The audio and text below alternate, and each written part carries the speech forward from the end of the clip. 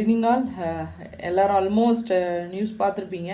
Election date வந்து announce பண்ணியிருக்காங்க. அதனால் ஆஸ்பிரன்ஸ் எல்லோரும் ரொம்ப அப்செட் ஆகிக்க வேணாம், பயப்பட வேணாம். எலெக்ஷன் டேட் ரொம்ப சீக்கிரமாகவே அனௌன்ஸ் பண்ணியிருக்காங்க. எலெக்ஷன் April 23 அண்ட் May 4 வந்து கவுண்டிங்னு சொல்லியிருக்காங்க. இந்த போர்டெல்லாம், அதாவது டிஎன்யூஎஸ்ஆர்பி, டிஎன்பிஎஸ்சி, எவ்ரி போர்டு வந்து எலெக்ஷனை டிபெண்ட் பண்ணி தான் அவங்க வந்து இருக்கணுன்ற எந்த இதுவும் இல்லை. அந்த exam process and result process தனி, எலெக்ஷன் தனி. ஆனால் இதில் என்ன எலெக்ஷன்னால் என்ன எலெக்ஷனை ஏன் பேஸ் பண்ணி சொல்கிறோன்னா, எலெக்ஷன்னா எல்லா டிபார்ட்மெண்ட்ஸும் பிஸி ஆயிடுவாங்க. அது உங்கள் எல்லாருக்குமே தெரியும்.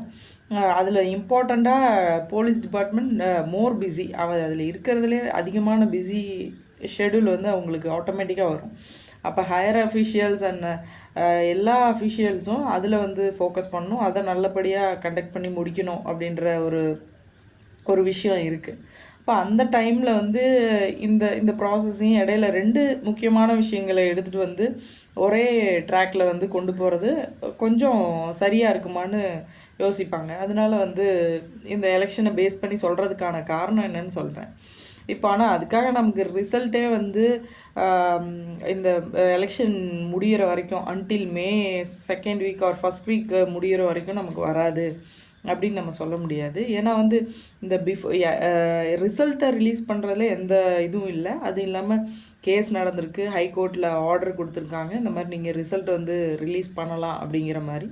அதனால் ரிசல்ட்டை ரிலீஸ் பண்ணுறதுல எந்த தடையும் இல்லை, எந்த ரெஸ்ட்ரிக்ஷன்ஸும் இல்லை.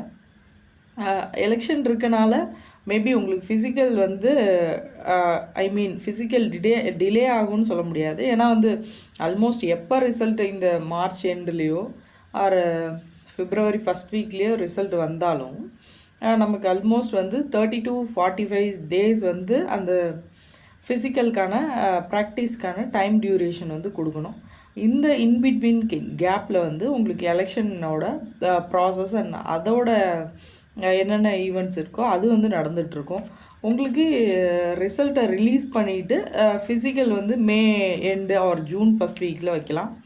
இல்லை அப்படின்னா அதாவது ரிசல்ட்டை வந்து ஹோல்ட் பண்ணி வைக்கிறதுக்கு எந்த இதுவும் இல்லை. ஏன்னா ரிசல்ட்டை ரிலீஸ் பண்ணுறதுனால எலெக்ஷனை கூட இது வந்து மிங்கிள் ஆகுமா, இது வந்து டிஸ்டர்ப் பண்ணுமா அப்படின்னா எதுவும் இல்லை. ஆனால் ஃபிசிக்கல் வந்து கண்டக்ட் பண்ணுறதுக்கு சில இது இருக்குது, ரூல்ஸ் இருக்குது, அதை எல்லாத்தையும் ஃபாலோ பண்ணணும். ஒரே நேரத்தில் 2 விஷயத்த பண்ண முடியாதுன்னு யோசிப்பாங்க. அதனால் ரிசல்ட் மேபி சீக்கிரம் வந்துடும். அதனால் ஹோப்ஃபுல்லாக இருங்க.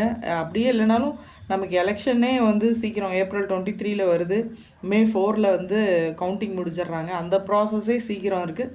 அதனால் ரிசல்ட் அனௌன்ஸ் பண்ணிட்டு உங்களுக்கு ஃபிசிக்கல் வந்து இந்த எலெக்ஷன் முடிஞ்சதுக்கப்புறம் ஃபிசிக்கல் நடக்கும். அதனால் ஹோப்ஃபுல்லாக இருங்க. நீங்கள் இந்த விஷயத்தை யோசித்து ரொம்ப பதட்டம் ஆகிக்க வேணாம். உங்களுக்கு இது ஒரு நல்ல தகவல் தான் அப்படின்னு தான் நீங்கள் இதை ரிசீவ் பண்ணிக்கணும்னு நான் நினைக்கிறேன். All the best. Thank you all.